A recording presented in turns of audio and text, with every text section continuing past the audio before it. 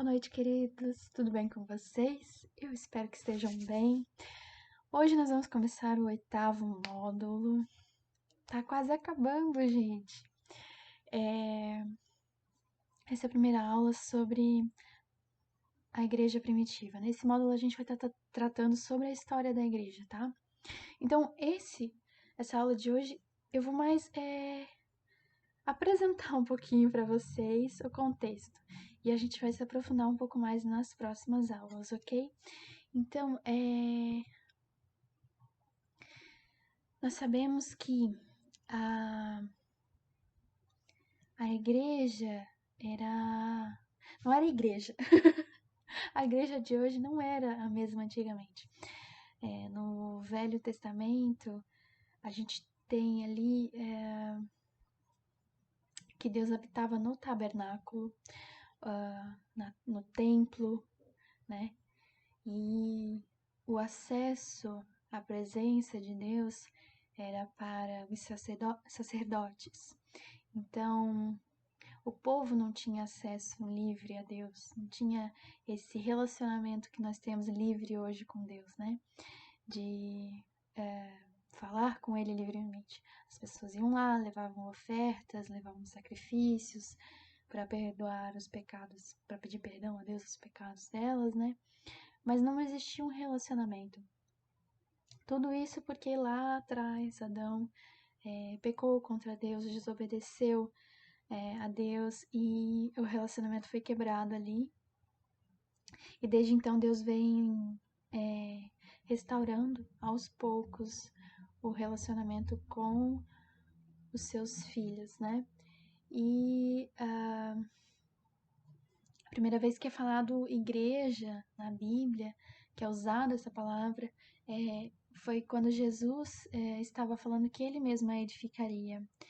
E Jesus edifica a igreja usando homens, que são o templo do Espírito Santo. Hoje nós somos o templo, né? Não é mais só um templo físico, uma tenda. Não, nós somos o templo hoje. O véu se rasgou, né? E hoje nós temos acesso à presença de Deus, que antes era só para os sacerdotes. E a igreja de Jesus é a união de todos os cristãos, né? Então, nós temos a igreja invisível, que somos todos os crentes formando um só corpo espiritual para a habitação do Espírito, onde um ajuda o outro, certo? E Jesus Cristo como a cabeça desse corpo. Então, existe também a organização humana da igreja, uma organização de crentes em várias localidades que confessam a mesma fé, disciplina de vida e obediência ao Senhor, né? Então, o livro de Atos apresenta o que deve ser uma igreja, né? E a gente fez aquele plano de leitura de alguns livros da Bíblia, né? E eu acho que eu vou alterar ele e vou colocar para a gente ler o livro de Atos dos Apóstolos nessas primeiras 2 semanas, ou quem conseguir ler em uma semana melhor ainda, porque isso vai contextualizar melhor, vocês vão entender melhor sobre o que a gente vai estar falando nesse módulo e até para edificação de vocês, né? Então, deixa eu abrir aqui para vocês.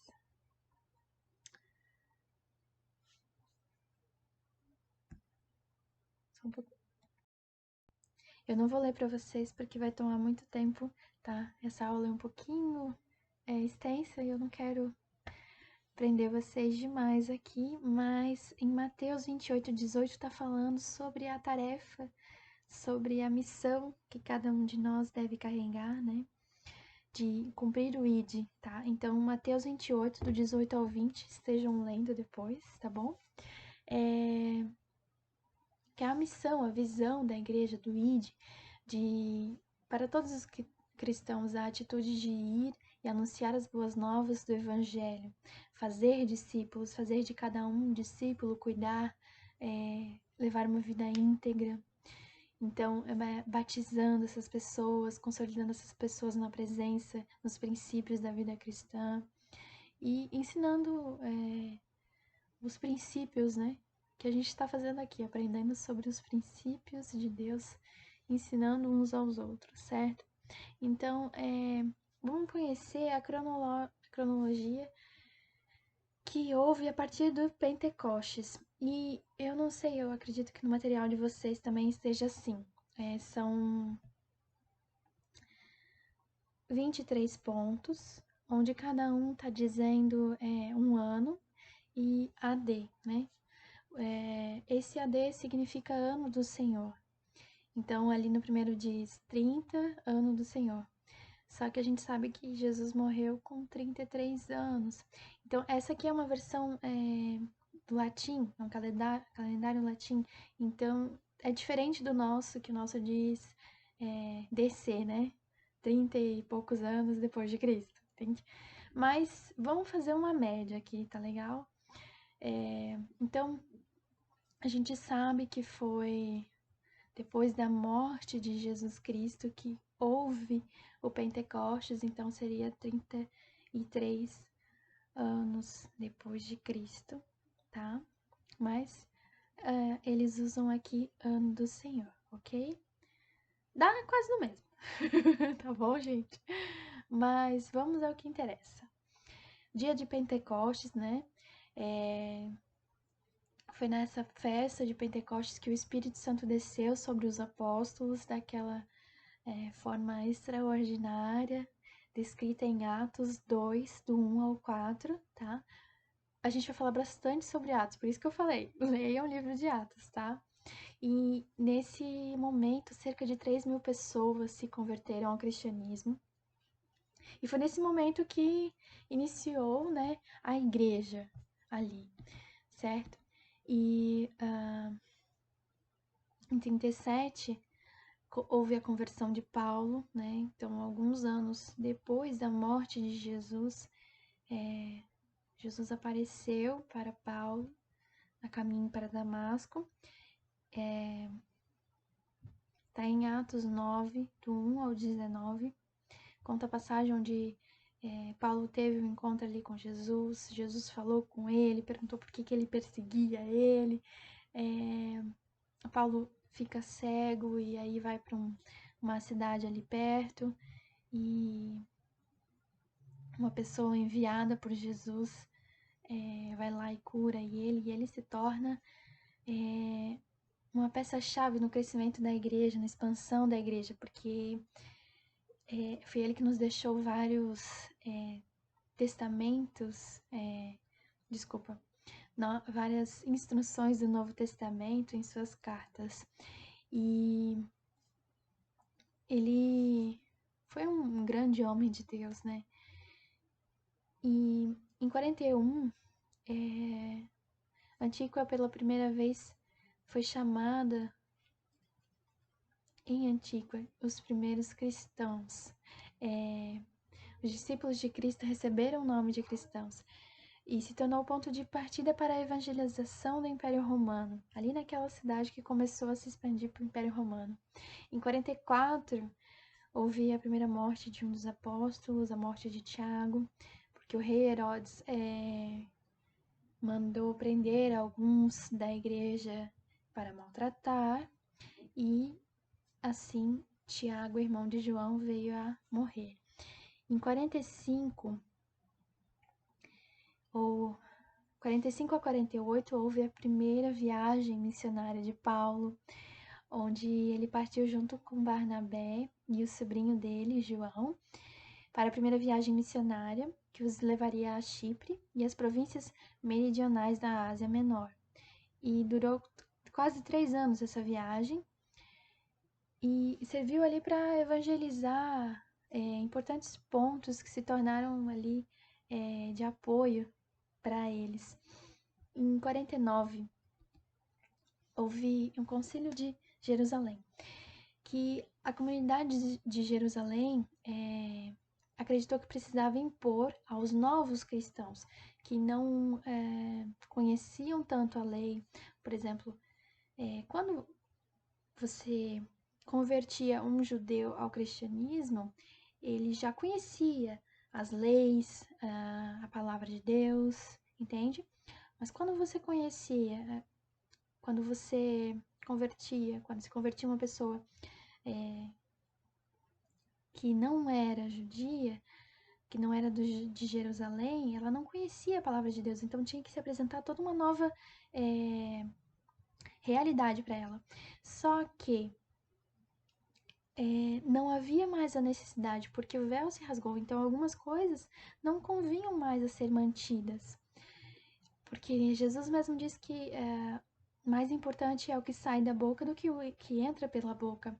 Então, a comunidade de Jerusalém queria impor que aquelas pessoas que não eram de Jerusalém deveriam praticar também a circuncisão.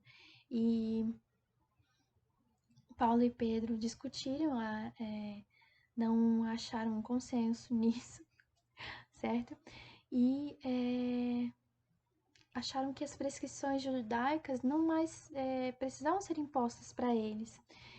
E Tiago conseguiu algumas concessões, né, aos cristãos que vinham do paganismo ali, né?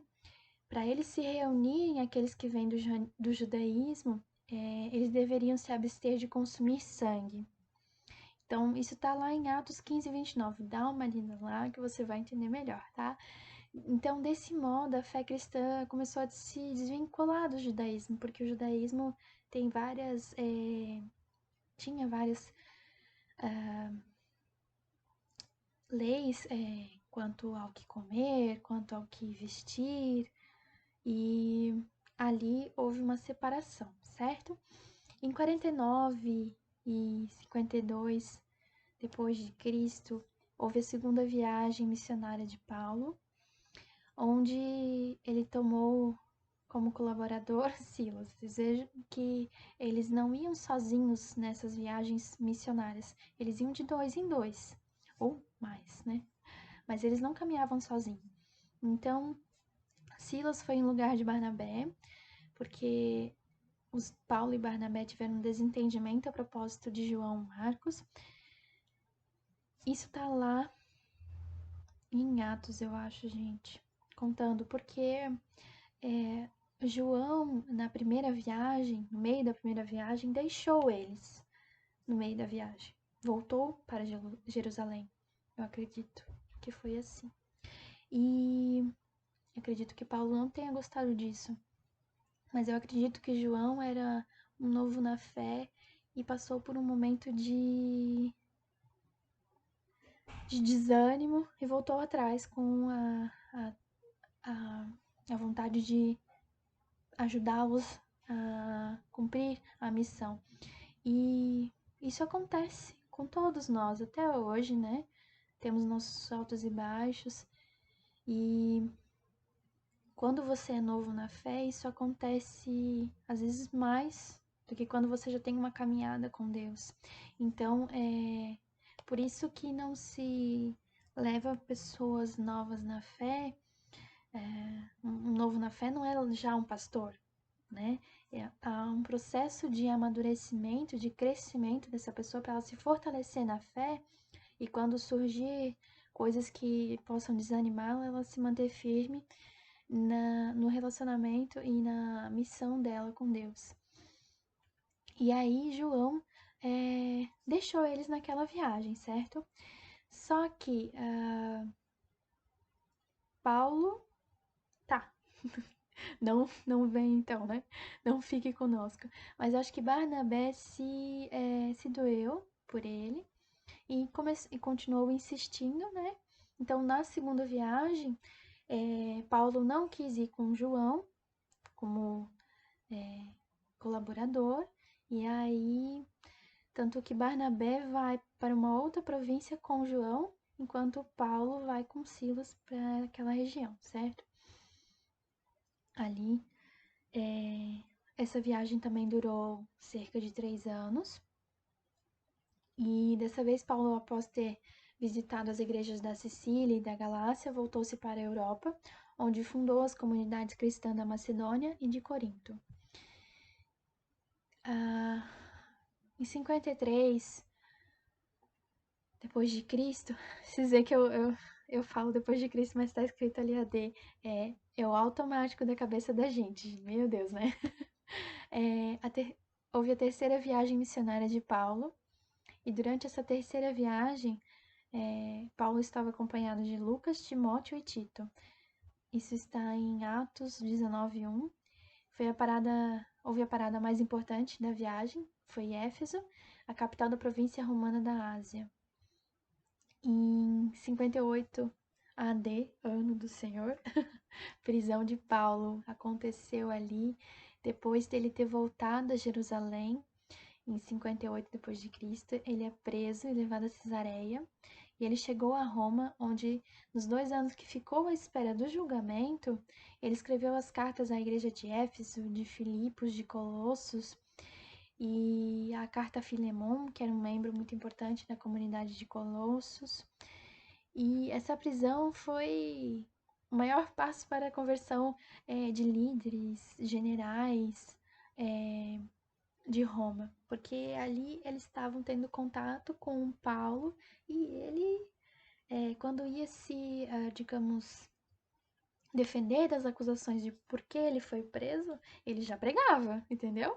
Então, foi ali que começou a estruturação da Igreja Católica. A gente vai ver um pouquinho mais sobre isso daqui a pouco, tá? Então, em 64,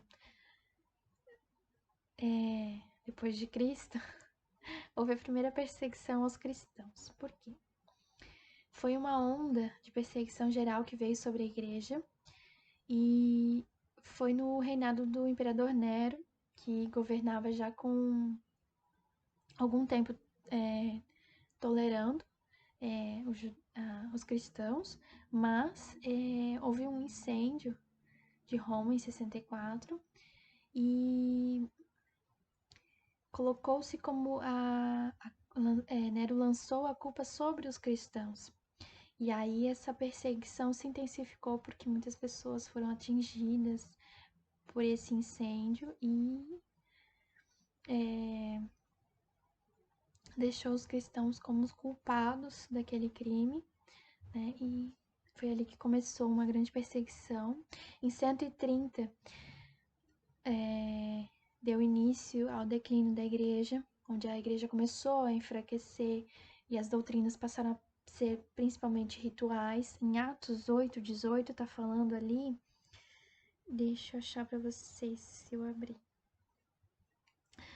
Simão viu que quando os apóstolos punham as mãos sobre as pessoas, Deus dava a elas o Espírito Santo. E ele ofereceu a eles dinheiro, porque ele também queria fazer aquilo, mas ele quis pular etapas. Ao invés de ter um relacionamento com Deus, de crescer em fé, crescer em comunhão com Deus e seguir a missão que Deus teria para ele, ele quis comprar aquilo. Então ali nessa época começam a haver rituais, porque a pessoa, Simão ali não estava vendo como algo que estava vendo como algo simples que ele podia comprar, entende? E nós sabemos que a graça, a misericórdia de Deus não pode ser comprada, muito menos os dons, certo? Então, em 142, Pio I torna-se o primeiro e único bispo a governar a cidade de Roma. Então, ali começou a juntar a igreja com a política. Aí isso é complicado, viu? Por quê? Porque começa a corromper, querendo ou não, né? A igreja, né? Em 150, a igreja começa a perder os fundamentos, o batismo do Espírito Santo e os dons do Espírito perdem a importância, as pessoas param de buscar essas coisas, né?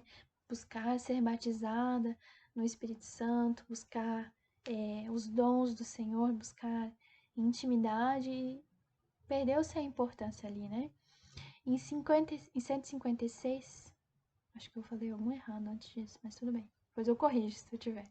Em 156, foi dado o nome de Igreja Católica. No século II dava-se o nome de Igreja Católica. A palavra católica em relação à igreja foi usada pela primeira vez por Inácio, que a empregou no sentido de tornar universal um nome só, e é uma boa ideia, né? As características distintas dessa Igreja Católica desenvolveram-se no período entre 160 a 190, que ali foi se desenvolvendo, né, as características da Igreja Católica. Em 160, os homens começaram a avaliar o clero pela capacidade natural, começaram a ver a posição social e financeira dos líderes ali. Em 195, houve início da hegemonia romana, onde Tertuliano passa a defender a supremacia do bispo de Roma sobre os demais bispos. Então, em 200, houve o batismo. O batismo começou a ser infringido de várias maneiras, não só como era quando está descrito na palavra de Deus ali, né, que era submergido, né, e é dessa época que é o registro das primeiras crianças batizadas, e começou a ser substituído esse batismo por outras formas, né, o batismo que a gente conhece ali na palavra de Deus. Em 210, surgem discussões entre os clérigos e os leigos, e em 218 surge a lenda de que Pedro foi o primeiro papa.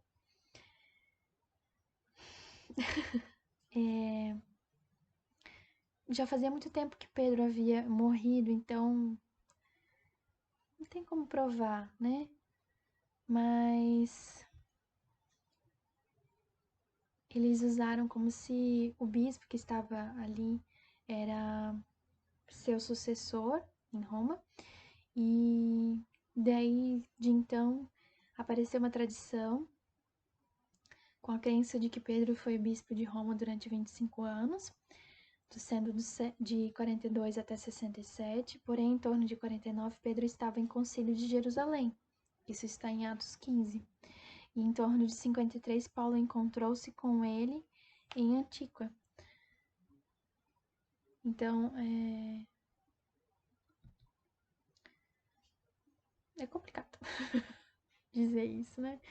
Mas ele surgiu essa lenda, então, que Pedro foi o primeiro papa.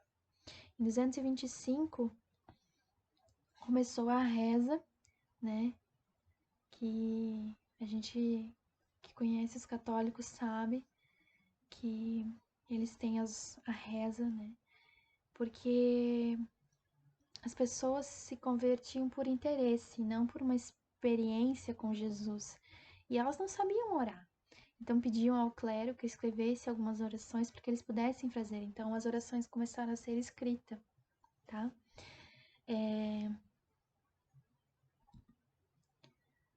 Em 240, surgiram os mosteiros, onde se retiram os ascetas em busca de uma vida mais profunda. E em 300, por influência dos ascetas, começou a se dar maior valor às obras de mérito para a vida eterna, né? Que não seria pela graça que obteríamos a salvação, mas por obras. E em 300 surgiu a primeira lei de celibatos para os sacerdotes, que os padres não se casam, né? E a primeira lei de celibato foi elaborada no Concílio de Elvira, no ano de 300. A Igreja Católica é a Igreja de Roma que Paulo começou, né? Quando vocês estiverem lendo ali o livro de Atos, vocês vão ver que foi Paulo que começou. Mas no momento que César se converteu e a política foi entrando dentro da igreja, como eu falei ali, ela começou a perder o sentido dela, porque aos poucos ela foi se desviando dos princípios e aceitando cada dogma de cada novo convertido, que cada novo convertido trazia. E as pessoas se convertiam porque era a religião do imperador, mas não deixavam os seus rituais pagãos. E ao longo dos séculos se tornou o que é hoje. Ali, para os católicos, né? Onde muitas vezes a gente vê os santos, né? E essa é a igreja até que a gente conhece até hoje, mais ou menos, né? Essa é a história da igreja primitiva. Deus abençoe vocês. Essa foi a aula de hoje. Até mais.